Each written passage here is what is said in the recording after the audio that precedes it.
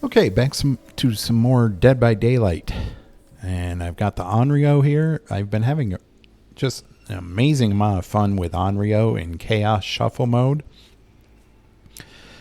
Chaos Shuffle is kind of a double-edged sword. On the one hand, the survivors you face usually aren't running meta perks, so there aren't going to be like 10 million second chances that they'll be running.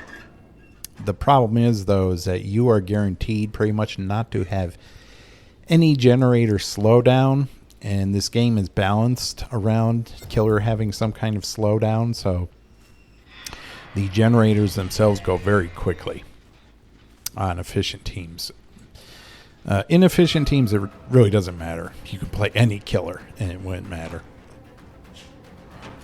I've been having a lot of fun with this character. I got her most recent skin here. It's really amazing. It's based on one of the skins she has in DBD Mobile. It's like a Deadly Orchid or something like that. Can't remember the exact name, but it's really nice. I love the nails on this killer. I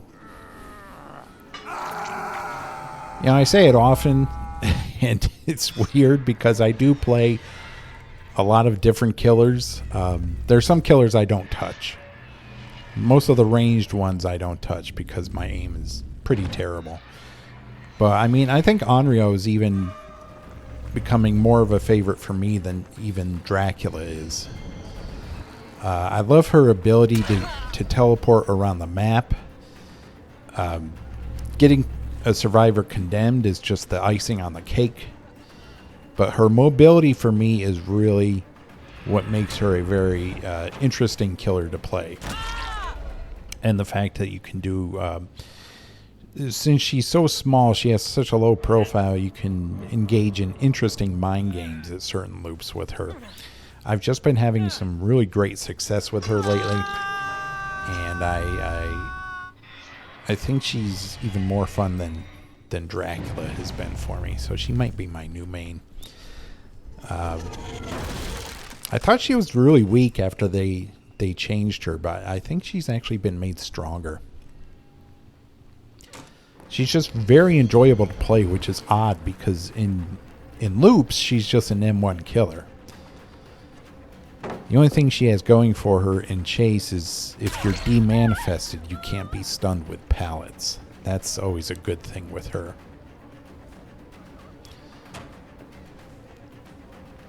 So there's been some news recently coming up in the month of October.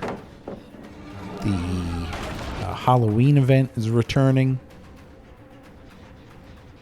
They've made improvements to the Void mechanic. I will definitely be bringing you some videos of that.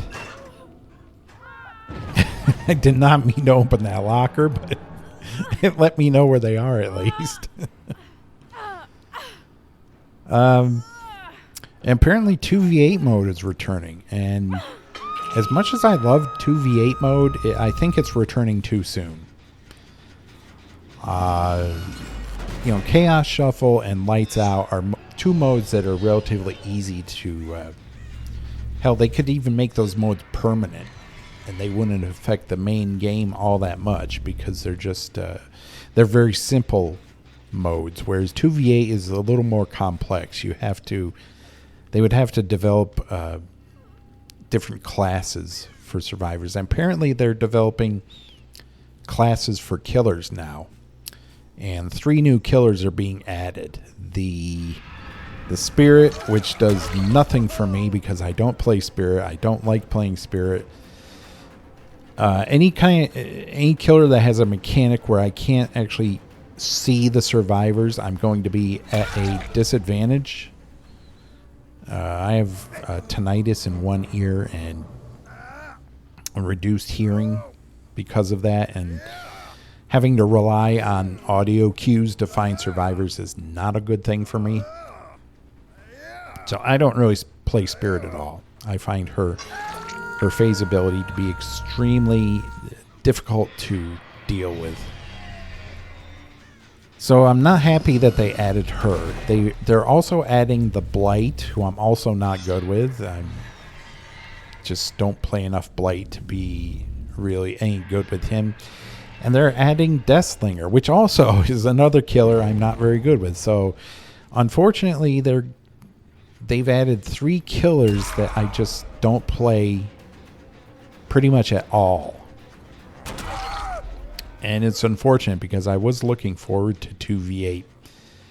But if those are the only new killers they're adding to it, I don't know. I might not play that much of it. It gets boring playing Wraith all the time. Apparently there's also going to be some new mechanics in the 2v8 mode. Survivors are, for some reason, going to be able to repair pallets, which is, to me, seems really broken. They're also adding a couple of the other maps in the game, I suppose. I could go after her, but I'll hook him instead. This game's going very well for the most part, even though it is Badham. I'm not going to be too sweaty at this moment in time. So yeah, I'm not sure why they're giving survivors the ability to repair pallets. That to me seems really broken, especially when it comes to god pallets. Apparently, what are you doing? What was the thought process behind that?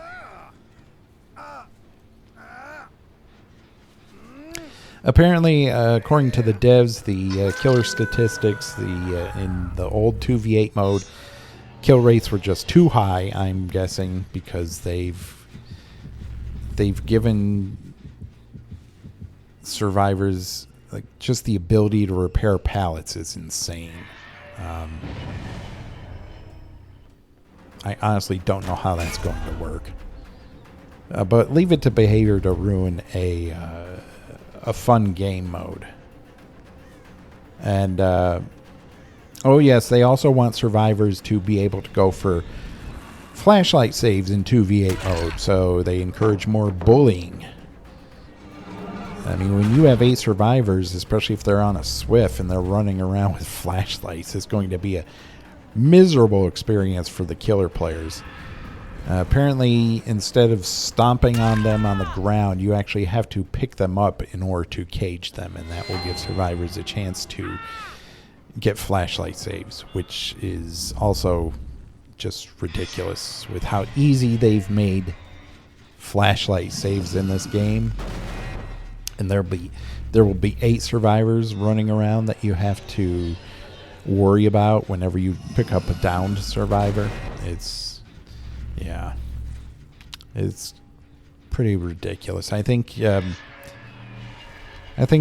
director Matthew Coate needs to go against another team where he can't do much of anything because of their flashlights. That's why flashlights were nerfed in the first place. He went up against, I think it was a South Korean team, and he was playing Hag. And every time he attempted to pick one of them up, they would always blind him. And it got to the point where it was so bad that he's like, yeah, we need to nerf flashlights. And unfortunately, they reverted those nerfs. They've made flashlight saves even easier now. So I think in order to get some perspective, Cote or Cote, however you say his name, needs to play against that Swift again and realize how stupid easy flashlight saves are.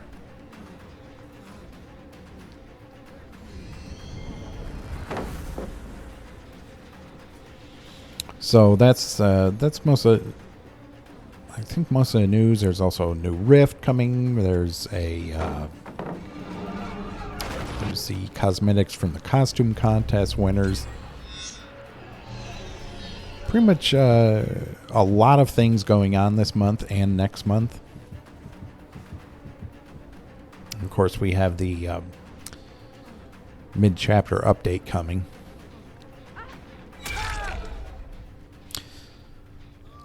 Yeah, I'm going to need to break this. So yeah, that's pretty much it for Dead by Daylight news. This match, I'm down to 1 gen. Despite that, though, this has been going relatively well. This guy is dead, I believe. So, even with only 1 gen left, there's only 2 of them. I should be able to win this. I am definitely not looking forward to the mid-chapter update, though. The amount of buffs they're giving Survivor in terms of perks that make gens go faster is just, it's insane to me. It's like they, you know, I want to be able to play games like this where I don't need to run slowdown. I can actually run interesting perks that have nothing to do with generators. But if they're going to keep buffing generator progression perks for survivors, then killers will just have to keep running slowdown. I mean, there's really no choice. Otherwise, the games get out of control very quickly. And the killer's desperate to do anything to slow things down.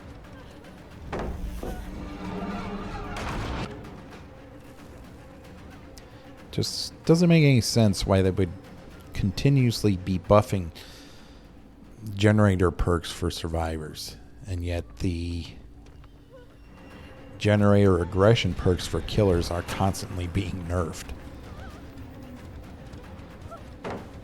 I mean, I saw True Talent in one of his loadouts he uses Dying Light. I mean, that has to tell you something when pretty much all the other generator perks are so bad because they've been nerfed so heavily that he has to rely on a perk like Dying Light in order to keep things under control.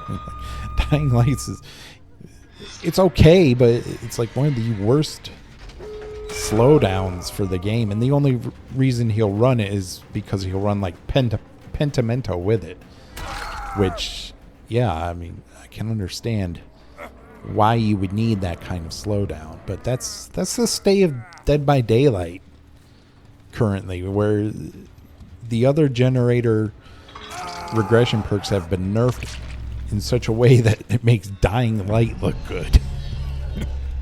It's really very it's just very frustrating on killer side, and yet they keep coming out with more and more gen progression perks, and the problem is they're balancing for the lowest tier of survivors. You don't balance for new players, and you don't balance for inexperienced players. Most of the time, if you balance for new players, anything that goes wrong, they'll quit playing anyway. The slightest little thing that goes wrong, they quit. So you don't balance for those people.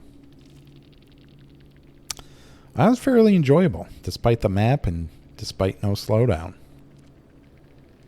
Definitely have more Onryo in the future.